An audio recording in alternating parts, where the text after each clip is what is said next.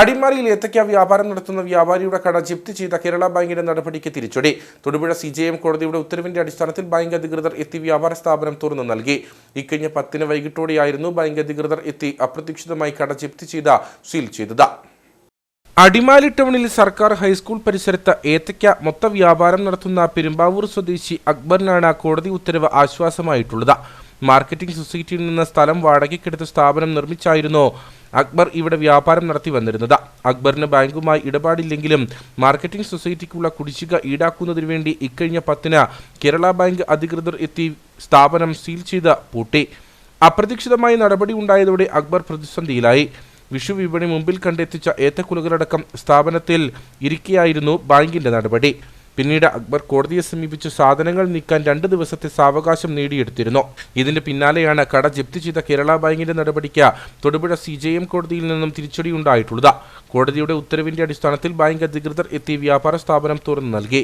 വിഷയത്തിൽ മുമ്പേ തന്നെ ഹൈക്കോടതിയുടെ ഇടപെടൽ ഉണ്ടെന്നിരിക്കെ CJM കോടതിയെ തെറ്റിദ്ധരിപ്പിച്ചായിരുന്നു കേരള ബാങ്ക് ജപ്തി നടപടികളുമായി എത്തിയിരുന്നതെന്നും ഇതിനേറ്റ തിരിച്ചടിയാണ് ഇപ്പോഴത്തെ സാഹചര്യമെന്നും അടിമാലി വ്യാപാരി വ്യവസായി ഏകോപന സമിതി യൂണിറ്റ് പ്രസിഡന്റ് PM ബേബി പറഞ്ഞു.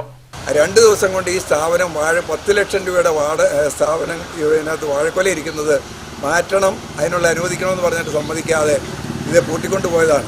വീണ്ടും പിറ്റേ ദിവസം പോയി ഹൈക്കോടതിയിൽ നിന്ന് പെരിഷബിൾ ഐറ്റംസ് മാറ്റുന്നതിന് വേണ്ടിയുള്ള ഓർഡർ വാങ്ങി 2 ദിവസം തുറന്നാണ് ഈ സാധനങ്ങൾ മാറ്റാൻ കഴിഞ്ഞത്. ഇത് ഈ കെട്ടിടം ഇവിടെ നിലവിലില്ലെങ്കിലും ഇവർക്ക് ഈ സ്ഥലം ജപ്തി ചെയ്യാൻ കഴിയുന്നതാണ്. മാർക്കറ്റിംഗ് സൊസൈറ്റിയുടെ സ്ഥലം ജപ്തി ചെയ്യണമെങ്കിൽ അതിനകത്തിരിക്കുന്ന ഒരു വാഴക്കൊല വ്യാപാരിയെ ഉപദ്രവിക്കേണ്ട ആവശ്യമില്ല. 10 ലക്ഷം രൂപയുടെ നഷ്ടം ചോദിച്ചുകൊണ്ടാണ് ഇപ്പോൾ ഇതിന് കേസ് കൊടുത്തിട്ടുള്ളത്. യാതൊരുവിധ മര്യാദയുമില്ലാതെ ബാങ്കുകാർ ലോൺ കൊടുക്കുന്നു, ഷൈലോക്കുമാരെ പോലെ പ്രവർത്തിക്കുന്ന ബാങ്കുകാരാണ് ഒരു മുന്നറിയിപ്പും ഇല്ലാതെ വന്ന് ഇവിടെ ഈ സ്ഥാപനം അടച്ചുപൂട്ടിക്കൊണ്ടുപോയത്. ഇന്നിപ്പോൾ ഈ സ്ഥാപനം വീണ്ടും തുറന്നിരിക്കുകയാണ്.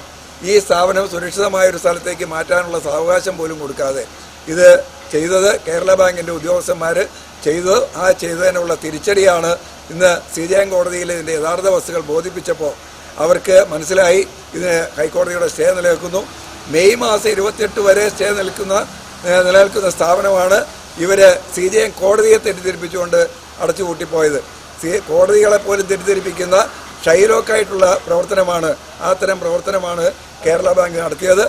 വ്യാപാരിയെ വെട്ടിലാക്കിയ കേരള ബാങ്ക് നടപടിക്കെതിരെ വ്യാപാരി സംഘടനകളിൽ നിന്നടക്കം അന്ന് വലിയ പ്രതിഷേധം നേരിടേണ്ടി വന്നിരുന്നു. ബാങ്കിന് മുമ്പിൽ സമരവും നടന്നു. ഉണ്ടായിരുന്ന സ്ഥാപനം ബാങ്ക് പൂട്ടിയതോടെ അടിമാലി ടൗണിൽ തന്നെ മറ്റൊരു താൽക്കാലിക സംവിധാനം ഒരുക്കിയായിരുന്നു അക്ബർ തന്റെ കച്ചവടം തുടർന്നു പോന്നിരുന്നത്.